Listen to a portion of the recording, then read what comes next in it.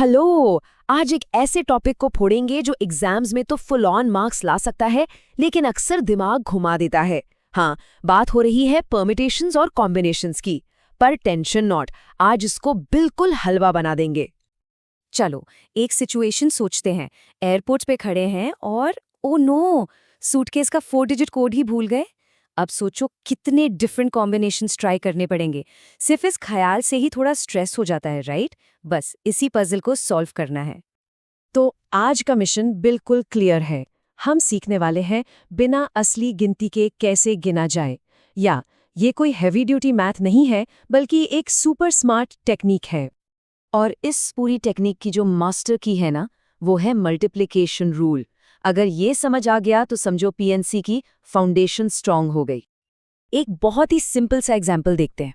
मान लो मोहन के पास 3 अलग अलग पैंट्स हैं और 2 अलग अलग शर्ट्स, तो वो टोटल कितने डिफरेंट आउटफिट्स बना सकता है? यहाँ पॉइंट ये है कि हर एक पैंट के लिए उसके पास 2 शर्ट के ऑप्शंस हैं। मतलब पहली पैंट के साथ 2 ऑप्शंस, दूसरी के साथ भी 2 और तीसरी के साथ भी 2।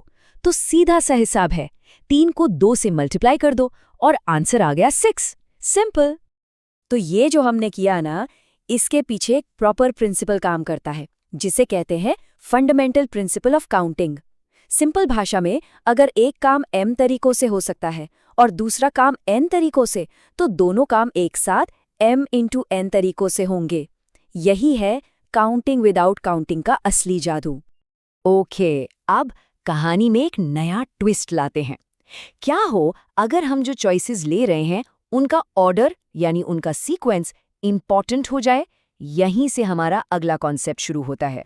सोचो, हमारे पास रोज शब्द के 4 लेटर्स हैं, ROSE। इनसे कितने अलग अलग 4 लेटर वर्ड्स बन सकते हैं बिना किसी लेटर को रिपीट किए? देखो, पहली पोजीशन के लिए हमारे पास 4 चॉइसेस हैं, राइट? एक लेटर यूज हो गया। अब दूसरी पोजीशन के लिए कितने बचे? 3। फिर तीसरी के लिए 2 और आखिरी वाले के लिए सिर्फ 1। बस इन सबको मल्टीप्लाई कर दो। 4 टाइम्स 3 टाइम्स 2 टाइम्स 1, यानी टोटल 24 अरेंजमेंट्स। यहाँ रोज और रियोज दोनों बिल्कुल अलग अलग गिने जाएंगे, क्योंकि ऑर्डर मैटर करता है। और इसी चीज को कहते हैं परम्यूटेशन। जब भी चीजों को एक खास ऑर्डर में अरेंज करना हो, तब हम परम्यूटेशन यूज करते हैं। यहाँ पर अरेंजमेंट ही किंग है, ऑर्डर इज एवरीथिंग। लेकिन हमेशा तो ऑर्डर इंपॉर्टेंट नहीं होता ना। सोचो क्या हो अगर हमें सिर्फ चीजें चुननी हो, उन्हें किसी लाइन में अरेंज नहीं करना हो। और बस इसी सवाल का जवाब है कॉम्बिनेशंस।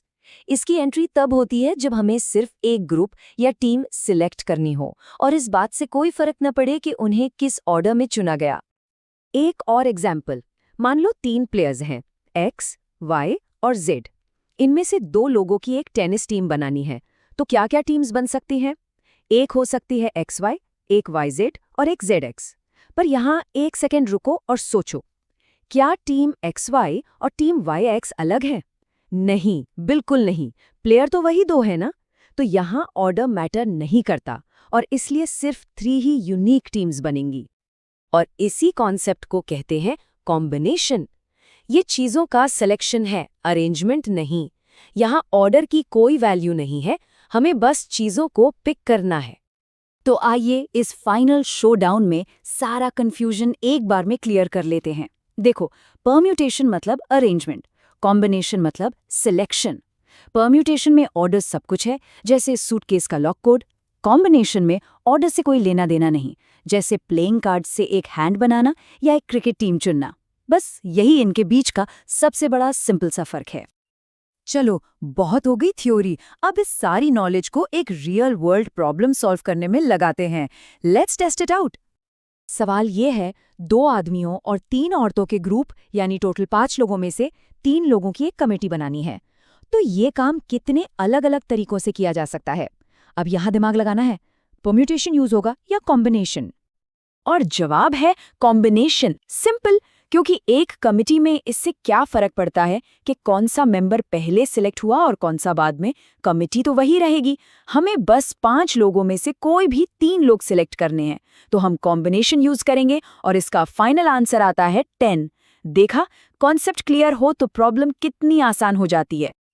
तो अब काउंटिंग के इस नए शॉर्टकट को समझने के बाद ये सोचना कितना इंटरेस्टिंग है, अपनी म्यूजिक प्लेलिस्ट के लिए गाने अरेंज करने से लेकर दोस्तों के ग्रुप में से मूवी के लिए किसे चुनना है, हमारी डेली लाइफ में परम्यूटेशंस और कॉम्बिनेशंस और कहाँ-कहाँ छुपे हुए हैं।